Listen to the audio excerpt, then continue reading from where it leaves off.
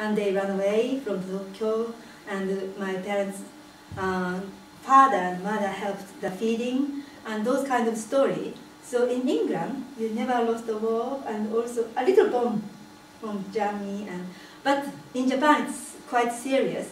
And that generation people, that's why they said they came to London. Wow, they sat down in the Hyde Park and talked. So for them, it's a culture shock, and they were very hard. And Japanese school boys and girls work very hard. And also keep tradition, martial arts. When Japan lost the war, America occupied, and they banned all the martial arts. And it's terrible, because my daughter is practicing sword, and her teacher, nearly 90 years old man, and he said, yes, America banned all Japanese martial arts, but what we've done is 4 a.m. in the morning, they got up and went to the top of the mountain and practiced the 10th century style martial arts. And the students are bottom of the mountain and check, no American come. Then after the World War II, 10 years later, everything was fine. So luckily they could continue how to do the martial arts. And all the things are history, and you are here because you're interested in Japanese people's lifestyle. And once you're in Japan, I organized cultural trip to Japan, and last time I took English people to the sword practicing place. And Japanese gentleman, he is 98 years old. He's a teacher with real sword.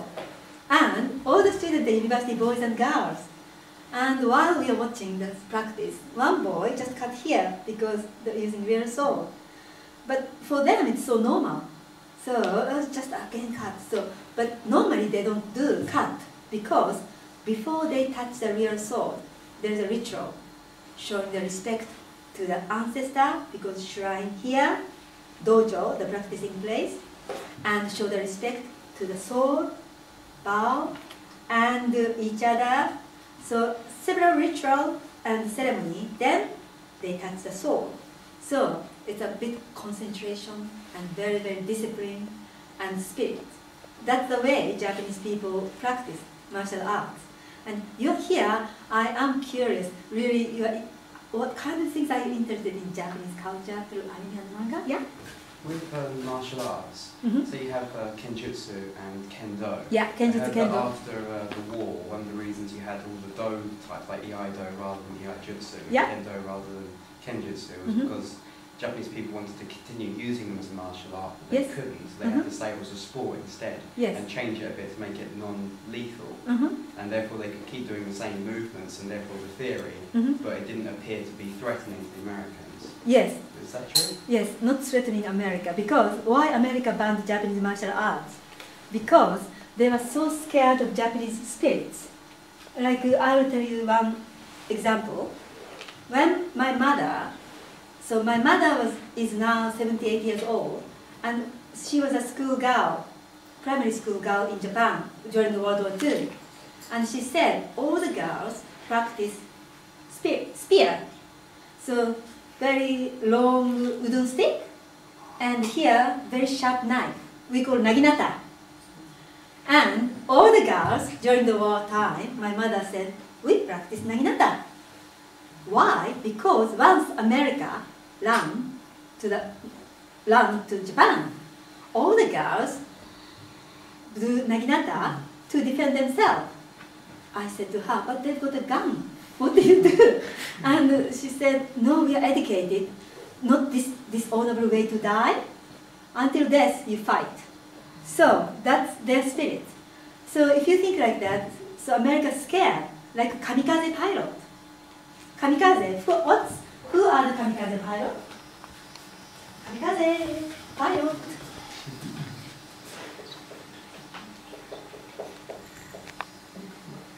Kamikaze pilot, during World War II, young boys are in the airplane and attack American ship. That means they die, Japanese boys. And they had to do that for the nation because of the economical way, and also destroy American ship. And that is kamikaze pilot. And I went to Kamikaze Pilot Museum because when I went to Japan, I organized cultural trip to Japan 34 times now. And one trip, several English men asked me, we want to go to Kamikaze Pilot Museum. And we went there. What we saw is a lot of young boys, 15, 16 years old boys, face pictures, and their letters here, and wrote to my parents, I will go for my country. So in Japanese, when people leave home, maybe you know anime and manga, ittekimasu. You know that word? When people leave home, ittekimasu, and parents say itterashai, means ittekimasu means I go and come back. And parents say itterashai means yes, you go and come back. But those kamikaze pilots, 15 and 16 years old boy, they bow to the parents, ikimasu means I go to die. And in those days, parents were not allowed to show the tears because it's dishonorable. So parents want to cry, they did maybe hidden, but the front, yes, you go, you are selected by the government because government chose the clever boys, 15, 16, because they have to learn quickly how to fly and go into the enemy's ship. So parents have to say, right, we are honored because you are chosen by government, kamikaze pilot. So they bow each other, and those boys wrote a letter to the parents, ikimasu, I die for my country, and that's museum. We can read all the letters, the boys. And that's kamikaze pilot, and it's a kind of spirit, how they were educated and how they had to die, and that's World War II. And still, in Japan, we got that museum because those boys, classmates, still live. And some are their top people, like company director, and oh, why my classmate, he died. He was very, very clever, very nice boy, handsome. Why I was not chosen? I live here, and why my classmate died? So they donated the money, and they made a museum. So that's again a part of the spirit in Japan. So if you have any question, ask me then. Yeah. Is this why, like in Gundam, Gundam, like they'll get into the Gundam and then they'll say their name and then say ikimasu because like they might die? Yeah, of course. Ikimasu is go. We don't know we are alive or not, and that's why still in Japan, elderly people, why my classmate went to kamikaze pilot because he was chosen and died. I alive, so I must live well because of my good classmate because he died. So that sort of things. Well done, Gundam. Last summer I went to Japan with my student because they want to see the real Gundam, the real size of Gundam in Tokyo, and we went there. And also every time I go to Japan, Jubilee Museum and like cat bus there. And yes, I like taking people, and also not only that, we do tea ceremony together and the calligraphy, the culture. And one thing is, Japan people are polite, and if you make a mistake, they don't tell you. So if you make a cultural mistake, no, you don't know this because they don't tell you. And I know English people want to know the correct manner.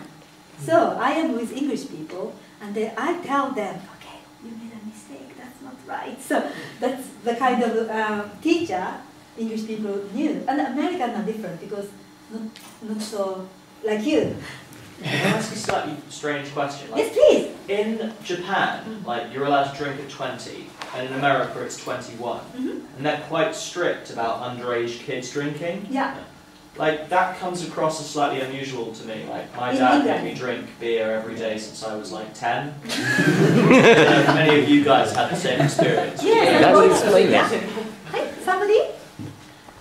Yeah. It's the same kind of thing as that if you're in the house, I think most parents will let you drink, like not excessively, but just a little, like with a meal or something. Yeah, or Whereas like they're not special really- occasions. Yeah, Hi. especially around Good. Christmas or birthdays. Well done, well done. I'm Japanese. I can tell the secret.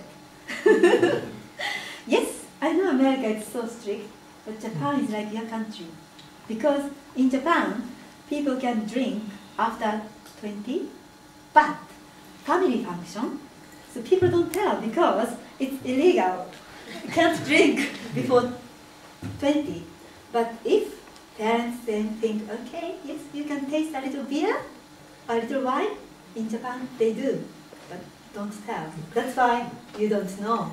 Many things are really, really under control, and they don't want to tell. And also, yeah? Doesn't it kind of get overlooked all the time as well? So during the festivals they have sort of sweet rice wine, Amazake. So, and everyone has that, even like 14-year-olds. Yeah. And there'll be police officers there, and they just, they'll have some as yes. well. And that's so it's just kind of get overlooked. Yes, it's like alcohol, but it's a festival, and everybody's there. Good point. And also, in Japan, there's a martial arts festival, and I went to martial arts festival all over Japan. Top people gather, martial artists top, and those groups' head is a prince.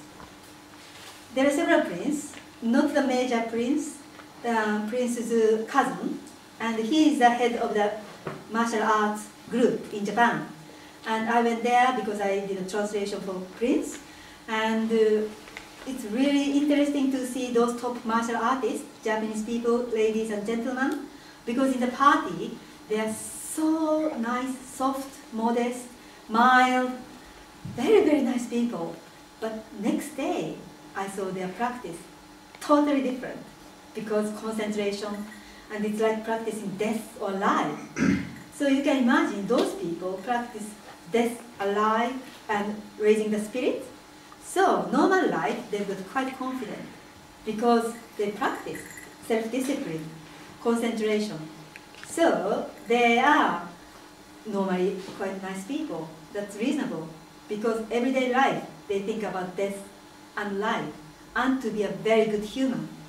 So in this country, people sometimes practice martial arts because I want to be strong, I want to win.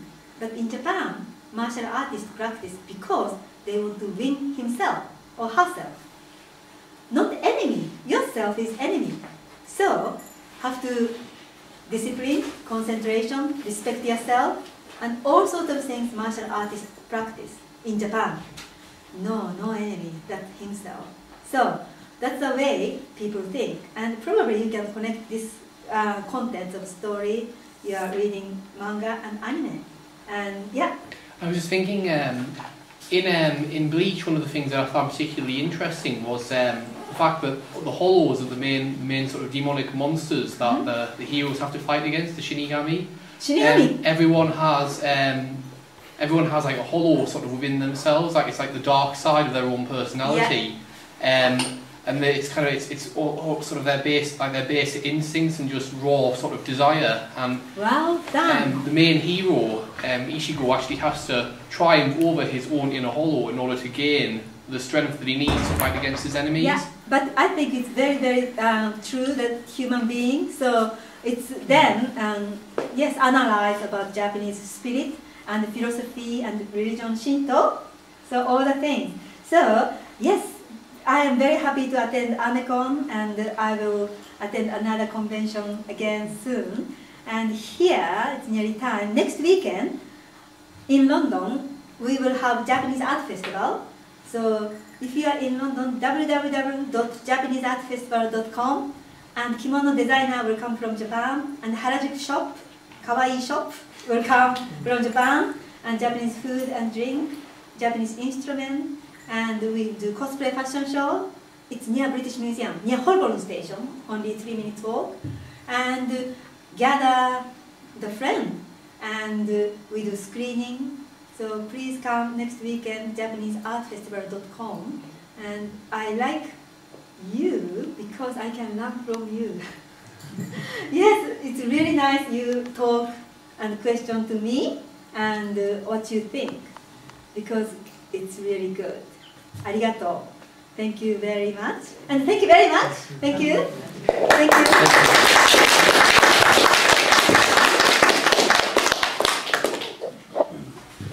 Good. So when you film that, you can use the YouTube or any. Okay, thank you. Please do it. Okay. Hi.